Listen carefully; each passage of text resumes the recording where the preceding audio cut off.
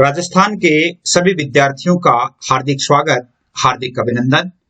प्रिय विद्यार्थियों, जैसा कि कुछ थोड़े से अंतराल के बाद कार्य की व्यस्तता के कारण जो हम इंग्लिश कंपलसरी का 9वां पार्ट पढ़ रहे थे, इसमें पार्ट फर्स्ट हमने पहले पढ़ लिया और आज हम इसका पार्ट 2 पढ़ेंगे।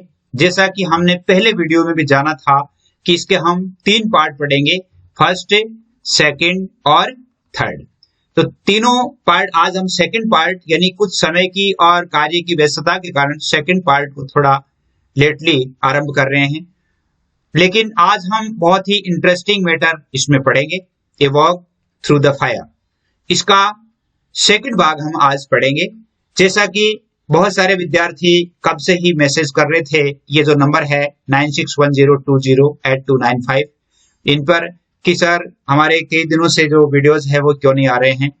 तो आज अब लगभग आपके लगातार यानी अपने जो 4 सब्जेक्ट हैं और 5वां सब्जेक्ट जो मैंने पहले कहा था यानी हिंदी कंपलसरी अपने 12th और 11th, अब 11th के पार्ट भी शुरू हो जाएंगे, इसलिए 11th के विद्यार्थी भी जुड़ जाएं। और हिंदी लिटरेचर 11th और 12th, इसके साथ पॉलिटिकल 12th क्लास, अभी केवल 12th क्लास ही चल रही है, ज्यादा व्यस्तता है। इंग्लिश 11th और 12th दोनों के लिए पार्ट शुरू किए जा रहे हैं। इसके अलावा हिस्ट्री जो है 12th क्लास के लिए यानी बोर्ड क्लास के लिए शुरू की जा रही है। तो सभी विद्यार्थी अपने इस चैनल को, आपके चहेते चैनल को सब्सक्राइब अवश्य करें।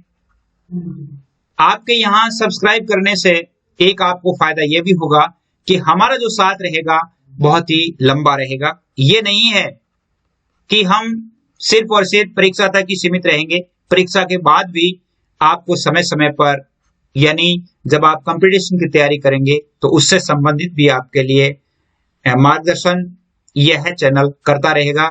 और अन्य जो वीडियोस है, जैसे कई बार आपके मोटिवेशनल वीडियोस है, वो भी अपलोड किए जाएंगे। इसके अलावा जब आप कंपटीशन की तैयारी करेंगे, कंपटीशन की तैयारी करने के लिए भी यह वीडियोस बहुत अधिक काम के हैं। जैसे 12th की पॉलिटिकल साइंस है, वो बहुत सारे कंपटीशंस में आती है, तो इसलिए आप इसका अध्ययन अच्छी तरह से बाद में भी कर सकते हैं। इंग्लिश ग्रामर जो है वो बहुत सारे कंपटीशंस में आती है। हिंदी लिटरेचर तो हिंदी साहित्य के विद्यार्थियों के लिए तो बहुत ही मस्ट है, जब आप आगे पढ़ेंगे तो भी आपके लिए ये आवश्यक रहेगी, तो इसलिए आप सब्सक्राइब अवश्य कर लें। और इंग्लिश में अदर पार्ट्स जो भी है वो भी आपके लिए काम के हैं, तो आप अवश्य इसको सब्सक्राइब कर लें। और सब्सक्राइब करके अपने जो नंबर हैं, जो आपको प्रश्नोत्तर पूछे गए हैं, उन प्रश्नोत्तर पर आप अवश्य नजर डालें। अवश्य ही आप इनका प्रश्नोत्तर यानी उत्तर लिख करके भेजें। बहुत सारे विद्यार्थी भेजते हैं, उनका बहुत बहुत स्वागत भी है। बहुत सारे विद्यार्थी ये भी पूछते हैं कि सर अपनी लाइव क्लास कब शुरू करेंगे। तो मैंने आरंभ में भी कहा था कि जब अपने पास 5000 विद्यार्थी हो जाएंगे, 5000 विद्यार्थी होने पर ही मेरा लक्ष्य है कि मैं लाइव क्लास शुरू करूं। 5000 विद्यार्थी जब तक नहीं होंगे तब तक लाइव क्लास मैं शुरू नहीं करूंगा। लाइव क्लास 5000 विद्यार्थियों पर लाइव क्लास शुरू करूंगा और उसमें संडे को एक दिन लाइव क्लास शुरू होगी। और इसमें आपने यहाँ पर विद्यार्थी जो है वो इस चैनल को ज्वाइन भी कर सकता है। ज्वाइन करके भी सिंगली यानी जैसे मान लो बहुत सारे ऐसे टॉपिक हैं जिन पर आप समझ नहीं पाते हैं, जैसे कई विद्यार्थी समझ जाते हैं और कई विद्यार्थी नहीं समझ पाते, तो उनके लिए भी स्पेशल एक ज्वाइन बटन भी शुरू किया गया है, जिसमें आप उसमें शुरू कर सकते हैं। आपको सिंगली भी ये जो अपने 4-5 सब्जेक्ट्स है इनसे संबंधित आप सलाह मशविरा कर सकते हैं। तो आइए हम चलते हैं आज के पार्ट पर, और आज का पार्ट क्या है देखते हैं। उस दिन अपन ने क्या पढ़ा था? उस दिन ये पढ़ा था कि एक वृद्ध व्यक्ति यानी एक मोस्ट जो सेंटर बिंदु था वो ये था कि एक जो वृद्ध व्यक्ति होता है और वो वृद्ध व्यक्ति को कुछ लोग हैं यानी कुछ जो हमलावर है वो उसे मारने की कोशिश कर रहे थे। और जो ही ये जो नैरेटर है वर्णन करता है, जो वहां पर पहुंच जाते हैं, पहुंचने से वो भाग जाते हैं और वह व्यक्ति इसकी प्रोटेक्शन के कारण वह अपने स्थान पर यानी जहां वो जाना चाहता है वहां पर वो पहुंच जाता है। उनके पास एक रुमाल होती है और वह रुमाल कौन ले जाता है?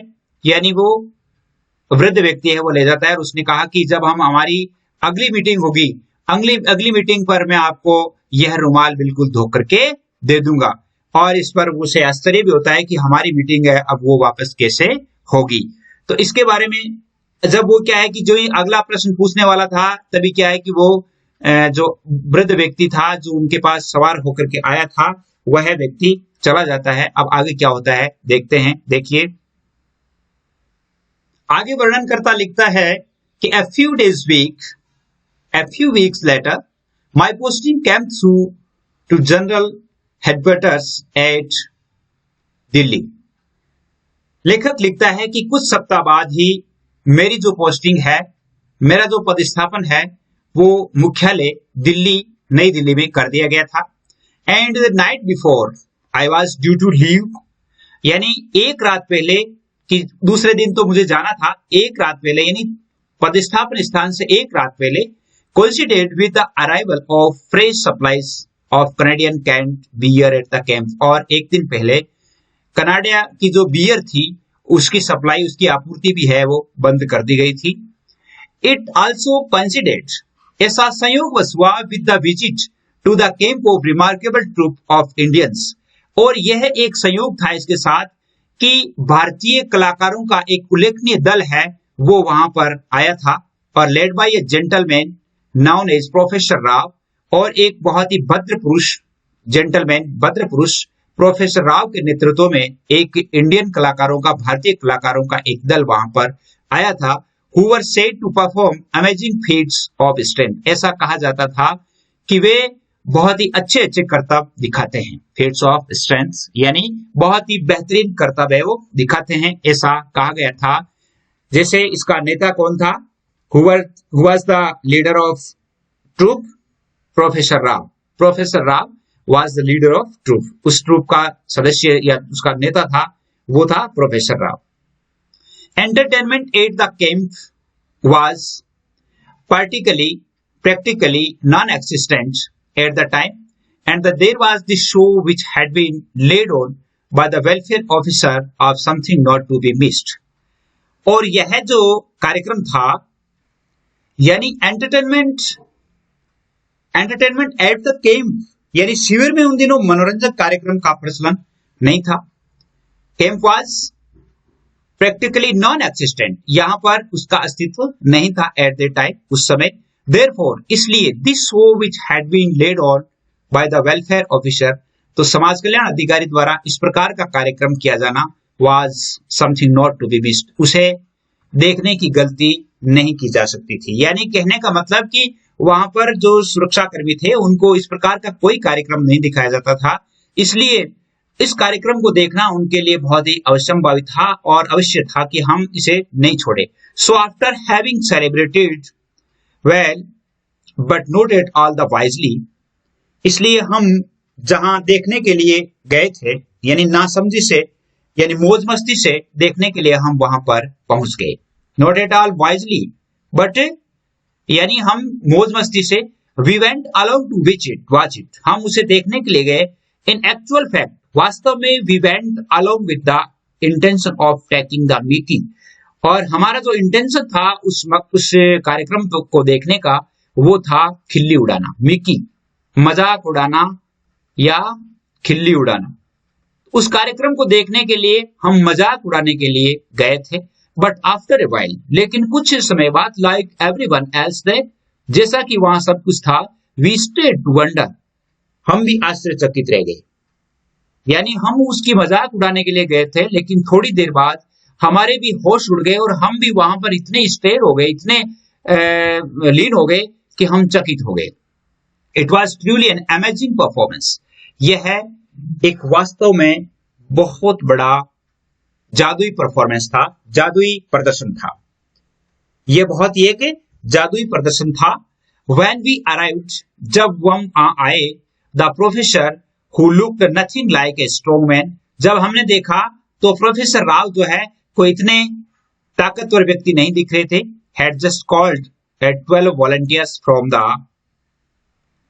audience whose task it was to bend an iron bar around his neck, उस समय जब हम वहां पहुंचे थे तो उस समय कौन सा कार्यक्रम चल रहा था?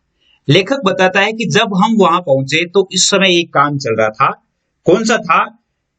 कि स्वयं सेवकों को बुलाया गया, हुज टास्क वाज वॉलंटियर्स बुलाया गया, और उनका काम था कि लोहे की एक छड़ को उनके गले के चारों ओर मोड़ दें। It was to bend an iron bar around his neck. एक लोहे की छड़ को उनकी गर्दन के चारों ओर मरोड़ना था, यानी मरोड़ देना था। The iron bar provided from the camp store was about 12 feet along. The professor held it horizontally with the middle of its pressed against his throat. अब लेखक क्या कहता है? लेखक कहता है कि कैंप के भंडारगृह से दी गई जो लोहे की छड़ थी वो लगभग 12 फीट लंबी थी और प्रोफेसर ने इसे बीचों बीच समांतर रूप से पकड़ रखा था। यानी ये लंबी छड़ है, इस लंबी छड़ को यहां से उन्होंने पकड़ रखा था, बीच से पकड़ रखा था, बीचों बीच समांतर रूप से पकड़कर अपने गले पर दबा रखा था, गले से इसको दबा रखा था। He then arranged the volunteers 6 on either side of him. इसलिए इसने, यानी ये आदमी खड़ा है, इसके दोनों तरफ, यानी 6 इधर और 6 इधर, यानी 6 स्वयंसेवक बुलाए गए दोनों साइड से। On the professor's signal, the volunteers began to push with all their might. और प्रोफेसर के संकेत के अनुसार उन स्वयंसेवकों ने उस रॉड को, यानी जो लोहे की छड़ थी, उसको अपनी ताकत के साथ दबाना शुरू किया। And iron bar was bent into a U shape. और आयरन बार यानी जो लोहे की छड़ थी उसकी गर्दन के चारों ओर इस प्रकार मुड़ गई। उसने गर्दन से दबा रखा था और वो चारों तरफ उससे मुड़ गई। Bent into a U shape around his neck, उसकी गर्दन के चारों ओर। अब हम थोड़ा सा प्रश्न कर लेते हैं आपसे कि आपको इन प्रश्नों का उत्तर देना है। Who was the leader of the troop? दल का नेता कौन था? Who was, who से है तो इसका मतलब किसी का नाम लिखना है, तो प्रोफेसर राव था, तो यहां पर सिर्फ इतना ही लिखना है, professor Rao. Professor Rao was the leader of the troop, या आप यहां से लिख सकते हैं the leader of the troop was professor Rao, ऐसे भी लिख सकते हैं, या professor Rao was the leader of the troop, ऐसे भी लिख सकते हैं। और कुछ भी याद नहीं होता है ये नहीं लिख सकते पूरा, तो आप इतना ही लिख दो प्रोफेसर राव, तो भी आपका उत्तर है वो सही माना जाएगा। इसके आगे का प्रश्न है कि what was said about the Indian performers? भारतीय प्रदर्शनकारियों के बारे में उस समय क्या कहा जाता था? भारतीय प्रदर्शनकारियों के बारे में उस समय क्या कहा जाता था? It was said about the Indian performers. भारतीय प्रदर्शनकारियों के बारे में ऐसा कहा जाता था कि Indian performers show very amazing arts, यानी बहुत ही एक गजब का आर्ट है, गजब की कलाएं हैं वो दिखाते हैं, या फीट्स मतलब कलाएं वो दिखाते हैं। तो इस प्रकार आप इसको लिख सकते हैं। आगे देखिए, एक प्रश्न है जो आपको लिख के भेजना है और इस प्रश्न का उत्तर आपको ही देना है। प्रश्न है आपके, where was the entertainment organised? और वह मनोरंजन कहां पे आयोजित किया गया? Where was the entertainment organised? Entertainment कहां आयोजित किया गया? यह प्रश्न आपको ही लिखना है। आगे चलते हैं। लेखक आगे लिखता है, अदर फीट्स फॉलोड, अन्य कार्यक्रम भी किए गए, अन्य कर्तव्य भी, फीट्स का मतलब होता है कर्तव्य, अन्य कर्तव्य भी अनुगमित किए गए।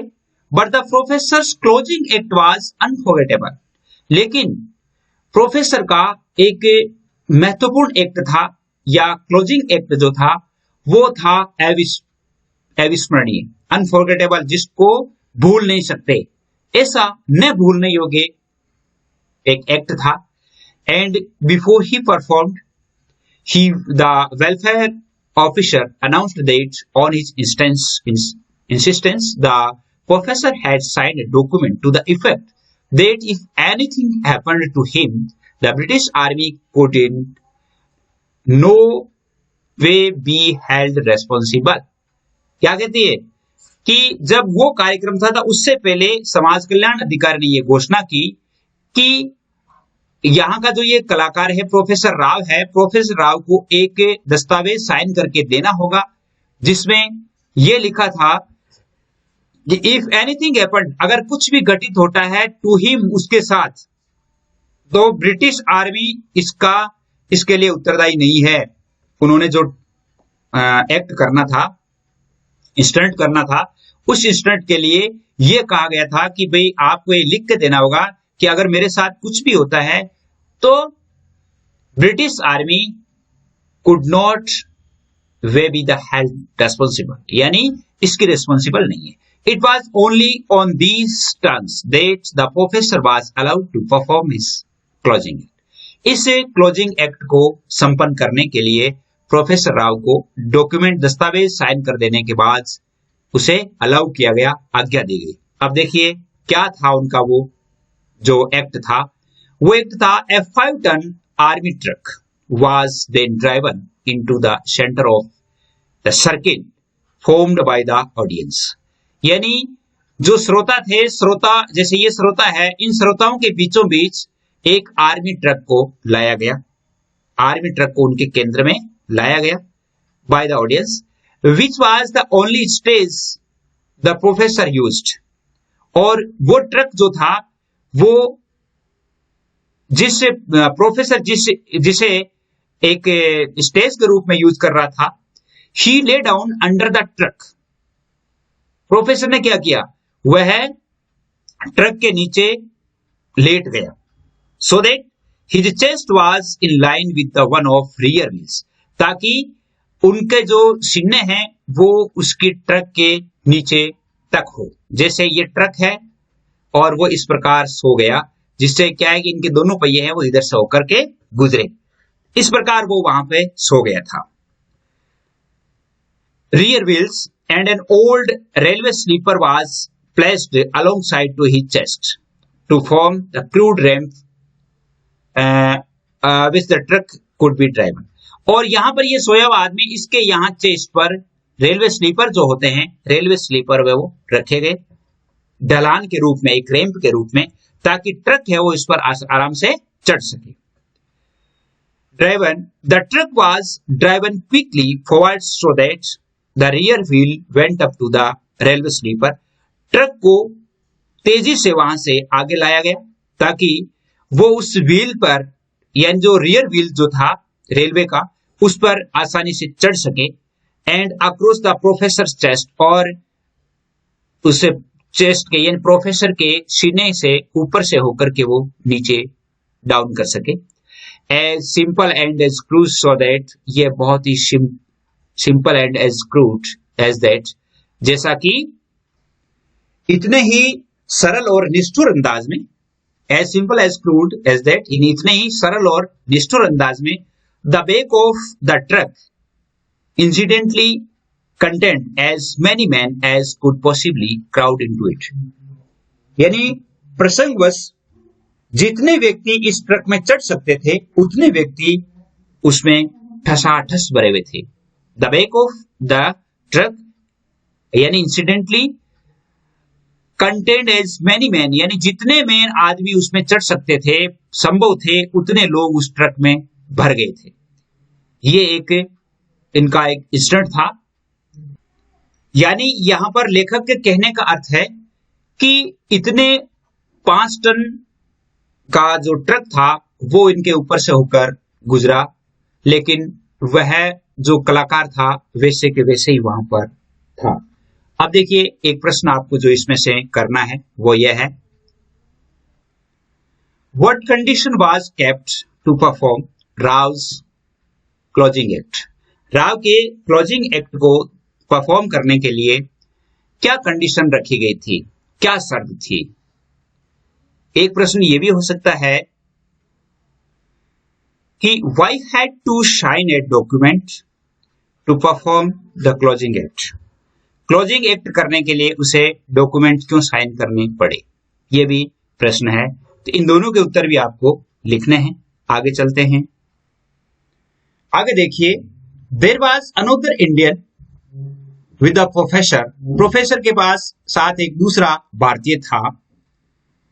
हिज ट्रूप, इनकी ट्रूप में, उनके दल में, who took no part in the strongman act. उसने उस स्ट्रॉन्गमैन एक्ट में भाग नहीं लिया, but spent the entire time digging a shallow trench. लेकिन उसने पूरा का पूरा समय है वो एक छिछली सी गहरी खाई खोदने में लगा। ट्रेंच एंड खाई, शैलो एंड छिछली सी, डिगिंग एंड खोदने में। उसने संपूर्ण समय है वो खाई खोदने में लगाया। अबाउट 10 फीट लॉन्ग, उसने लगभग 10 फीट लंबी, 2 और 3 फीट वाइड, 2 या 3 फीट चौड़ी खाई खोदी। उस व्यक्ति ने क्या किया, 10 फीट लंबी और 2 फीट चौड़ी है वो खाई खोद डाली। By the time of the professor had finished his act, जब प्रोफेसर ने अपना एक्ट समाप्त कर दिया था, this trench had been filled with red hot calls.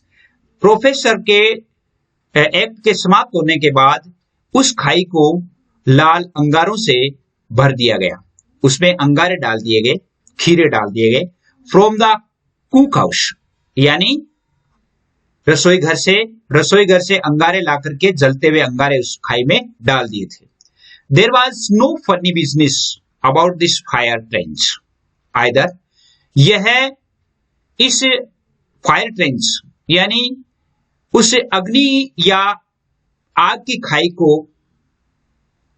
खाई को देखना या आग की खाई कोई एक हंसी मजाक का खेल नहीं था। Either we gathered around it, हम सभी उसके चारों ओर एकत्रित हो गए। And then heat from it was intense, और उसमें से गर्मी लग रही थी। कहने का अर्थ यह कि पूरी की पूरी खाई है वो आग से भरी हुई थी। This Indian rather an elderly gentleman, और यह भारतीय जो कि थोड़ा सा यानी बूढ़ा भद्र व्यक्ति था, सज्जन व्यक्ति था। Then stood at one end of the trench, वह खाई के उस छोर यानी एक किनारे पर खड़ा हुआ। स्प्लेश्ड, छिड़का, water from A near by bucket, उसके पास में पड़ी हुई एक बाल्टी में से अपने पैरों पर पानी छिड़का। ओवर हिज बेयर फीट, नंगे पैरों पर, यानी नंगे पैर था वो, नंगे पैरों पर उसने पानी छिड़का। And then proceeded to walk over the red hot coals, और उसने पानी छिड़क करके और उस खाई में जलते हुए अंगारों पर चलना शुरू कर दिया। Along the whole length of the trench, और पूरी लंबाई तक खाई की, यानी 10 फीट तो लंबी थी, 10 फीट में उसने खाई में चलना शुरू किया। It was an incredible spectacle, यह एक अविस्मरणीय दृश्य था। इनक्रेडिबल यानी इस पर विश्वास नहीं किया जा सकता, अविस्मरणीय था। यह एक अविस्मरणीय दृश्य था जिस पर विश्वास नहीं किया जा सकता था। We could see the low flames from the head road coals licking around his bare feet, हम उन अंगारों में से जलती हुई आग को देख सकते थे जो उसके पैरों को स्पर्श कर रही थी। कहने का अर्थ यह कि जब वो पैरों में से होकर चल रहा था तो जलती हुई आग उसके पैरों को छू रही थी। आग की लपटें लो फ्लैम से, आप जानते हैं कि जैसे जलते हुए जो अंगारे होते हैं उनमें से किस प्रकार की आग है वो निकलती है, तो वो कहते हैं कि हम उसे देख सकते थे। He slowly walked to the end of the trench, और वह धीरे धीरे खाई के इस किनारे से उस किनारे तक चला। When he reached it, जब वो वहां पर पहुंचा, as if not satisfied, ऐसा लगा जैसे वो संतुष्ट नहीं हुआ। He turned around, वह फिर वापस मुड़ा, and walked back the same way, और उसी रास्ते पर दोबारा चला। कहने का अर्थ एक बार तो गया और एक बार फिर वापस आया, यानी 2 राउंड उसने उस खाई में किए। He then squatted down on the ground, और वहां से बाहर निकल करके स्क्वेटेड, पालथी लगा करके बैठ गया। स्क्वेटेड यानी पालथी लगा करके और जमीन पर बैठ गया। जेस्टर्ड हिज फीट, और अपने पैरों को देखने लगा। And invited us all inspect them, और हम सभी को पैरों का निरीक्षण करने के लिए इनवाइट किया। उसने कहा कि भाई आओ और आप मेरे पैर देख लो कि मैं कहीं से जला तो नहीं हूं। वी डिड, हमने ऐसा किया, हम वहां गए। There was not so much as blister, वहां पर एक भी फफोला नहीं था। ब्लिस्टर का अर्थ होता है फफोला। तो उसके पैरों में कोई एक फफोला तक नहीं था। एनीवेयर टू बी सीन, कहीं भी नहीं देखा जा सकता था। I had pushed forward through the crowd, मैं भी भीड़ को चीरता हुआ आगे गया। And to get a closer look at this amazing character's feat, इस जादुई कलाकार के पैरों को देखने के लिए, जादुई कलाकार के या इस एक आश्चर्यजनक कलाकार के पैरों को देखने के लिए, नजदीक से देखने के लिए मैं वहां गया। And as I knelt down, और जब मैं नेल डाउन कर तो घुटनों के बल झुका, जब मैं घुटनों के बल झुका बिसाइड हिम, उसकी तरफ, he felt something thrust into my hand, तो मुझे लगा कि इसने मेरे हाथ में कुछ घुसेड़ दिया है। आई फेल्ट समथिंग थ्रस्ट मतलब घुसेड़ दिया है, इसने मेरे हाथ में कुछ घुसेड़ दिया, ऐसा मुझे लगा। इट वाज ए हैंडकरचीफ, जो एक रुमाल था, हैंडकरचीफ यानी रुमाल था। And it was then that I recognised him, और तब मैंने देखा और मैंने उसे पहचान लिया था। तो आप you can guess who was the elder Indian, वो इंडियन कौन था? वही भारतीय था जिसे गुंडे मार रहे थे, हमलावर उसे मार रहे थे और नरेटर ने उसे छुड़ाया था। He had looked at me once, रुमाल देकर के एक बार उसने थोड़ी देर के लिए मेरी तरफ देखा। Briefly, संक्षेप में, as he passed the handkerchief to me, उसने मुझे हैंडकरचीफ लौटा करके, but when I went to speak to him, जब मैं उसे बात करने के लिए गया, he looked away again, तो उसने अपनी पीठ फेर ली, मतलब नजरें चुरा ली। And so I kept my mouth shut, इसलिए मुझे मेरा मुंह बंद रखना पड़ा। If he wanted to pretend that he didn't understand English, अगर वो ये बहाना बनाए कि वो अंग्रेजी नहीं जानता है, प्रिटेंडेंट बहाना, ही डिडंट अंडरस्टैंड इंग्लिश, कि अंग्रेजी नहीं समझता है, then that was all right by me, कि तो ये भी ठीक नहीं था, क्योंकि वो ये बहाना भी नहीं बना सकता था। Obviously it amused him to listen to the comments of the admiring crowd gathered around him, और स्पष्ट रूप से ऐसा लग रहा था कि उसके चारों ओर जो भीड़ इकट्ठी हो रही थी और वो भीड़ उसे एडमायर कर रही थी, वो जो भीड़ उसे उसकी प्रशंसा कर रही थी, वो उसे बहुत अच्छा लग रहा था, उसे आश्चर्यजनक लग रहा था। The professor had by now recovered from his encounter with a 5-ton truck, और उस समय तक 5 टन वजनी ट्रक के मुकाबले वाले स्टंट से प्रोफेसर राव है वो भी एकदम तरोताजा हो गए थे। He came over to say in halting English, वह अपनी halting English मतलब टूटी फूटी, वह अपनी टूटी फूटी अंग्रेजी में यह घोषणा करने के लिए आया that the fireworker, आग में चलने वाला व्यक्ति, would take a volunteer, अपने साथ में एक स्वैच्छिक व्यक्ति को लेगा जो अपनी स्वेच्छा से उसके साथ होगा, with him across the fire trench, और वो भी उस खाई में उसके साथ चलेगा।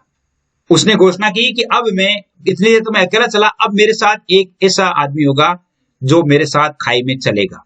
दिस ऑफ कोर्स, ऐसा वास्तव में, प्रोड्यूस्ड अ बिग लाफ, सभी ने 88 हंसी लगाई।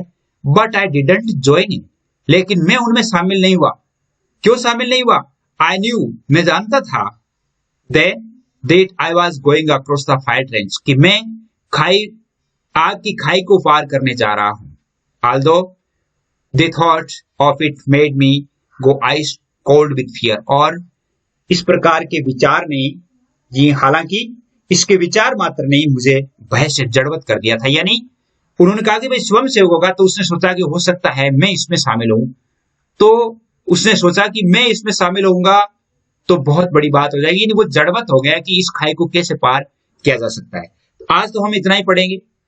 अगला जो पार्ट 3 है, पार्ट 3 में आप देखते हैं कि वो खाई कैसे पार करते हैं और खाई पार करते समय उसे किस प्रकार के उस पर जादू होता है, आगे क्या होता है, उसके बाद पढ़ेंगे। अब आपको मैं जो आज के प्रश्न है जिनके उत्तर आपको लिखना है वो लिख के देता हूं, जो आप प्रश्नोत्तर भेजेंगे।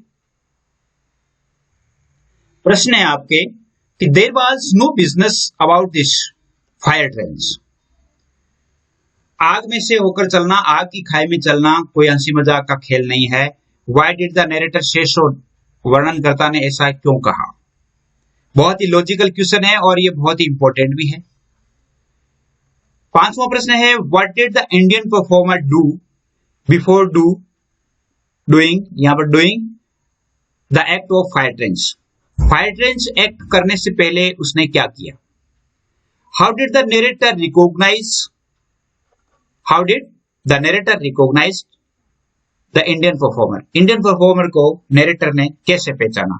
उसने कैसे पहचाना कि वह उसे जानता था? ये आपको इनके उत्तर लिखने हैं।